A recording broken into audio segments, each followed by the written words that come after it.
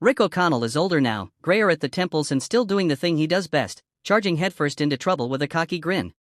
The movie kicks off by reminding us why the O'Connells exist to save us from ancient supernatural nonsense. This time the threat is an ancient Chinese emperor turned undead, and Rick is pulled back into the family business when his son Alex, now a cocky young archaeologist, stumbles into exactly the wrong tomb. We learn early that this isn't your typical cursed pharaoh. The Dragon Emperor centuries ago became obsessed with immortality and ruled China with brutal efficiency. He made a pact with magic to keep his empire intact, and the result was a terrifying immortality that turned him and his army into something neither living nor dead, terracotta warriors given deadly life. The historical prologue gives us a quick, grim taste of his tyranny and the tragic choices that led to his undoing, including a woman named Zi Yuan, who's more than a love interest. She's a powerful sorceress with a moral compass and a burden she has carried for centuries. Fast forward to the present. Alex O'Connell, grown up, reckless, and eager to prove himself to both his father and the archaeological world, is in China hunting artifacts naturally. He's impulsive, charming in a rough around the edges way, and he's also a little too sure that the past is something you can plunder without consequences. While looting his way through a sealed tomb, Alex does exactly what every cautionary tale warns against. He opens the wrong jar, touches the wrong relic, or otherwise pokes the sleeping bear. Boom! The Emperor wakes. With the Emperor's awakening comes a whole army of clay soldiers who step out of their kiln-cold silence and start marching again. When news reaches Rick and Evelyn back home, there's a classic family reunion. Evelyn, always the brains of the operation, curious and brave, is now Alex's mother and still not afraid to lecture him when it's necessary. Jonathan Carnahan, the lovable schemer and Rick's comic foil, also shows up because you can't have a mummy movie without him. He's there for the comedic relief and the occasional cowardice-turned-bravery moment, which he delivers in spades. The family reconvenes and, because the only acceptable response to an ancient world-threatening problem is to hop on a plane, they head to China. Once in China, the movie expands into a globe-trotting adventure.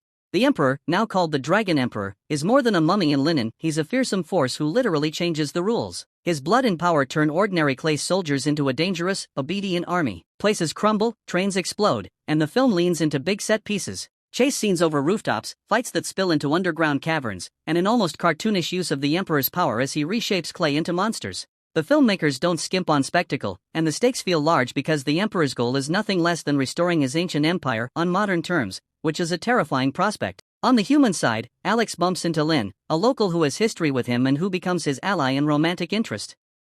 Lin is street-smart and resourceful, a good counterbalance to Alex's reckless optimism. Their chemistry is light and playful, and it gives Alex a stake beyond the family legacy. He's not just trying to prove himself to Rick, he's trying to protect someone he actually cares about. That little emotional anchor helps the chaos feel personal. Evelyn, for her part, is the movie's moral and intellectual center. She's the one who deciphers bits of the Emperor's story and realizes that brute force won't be enough. There's a clever twist: the very sorcery that created the Emperor's immortality leaves behind clues to how to stop him, and Evelyn's research is crucial to discovering those weaknesses. Rick, meanwhile, plays the brawn. The archetypal adventurer whose solution to most problems involves charging forward while yelling, but he's got heart, and the movie reminds us that his bravado is underpinned by genuine love for his family. Jonathan, as ever, brings levity. He gets into trouble, he runs, he lies, but he also has moments of real bravery.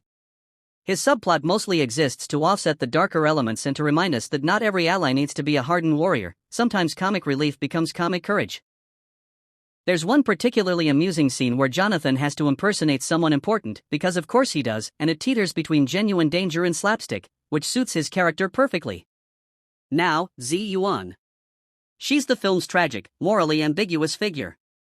Once in love with the Emperor and intimately involved in the magic that binds him, she spent centuries regretting the consequences of that bargain.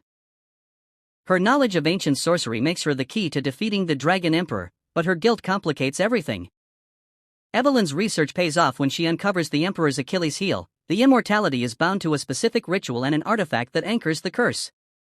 Destroying that anchor will, in theory, return the Emperor and his army to clay.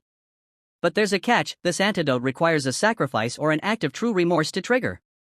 The film leans into classical myth here. The only way to undo certain magics is through the willingness of the one who created them to accept loss.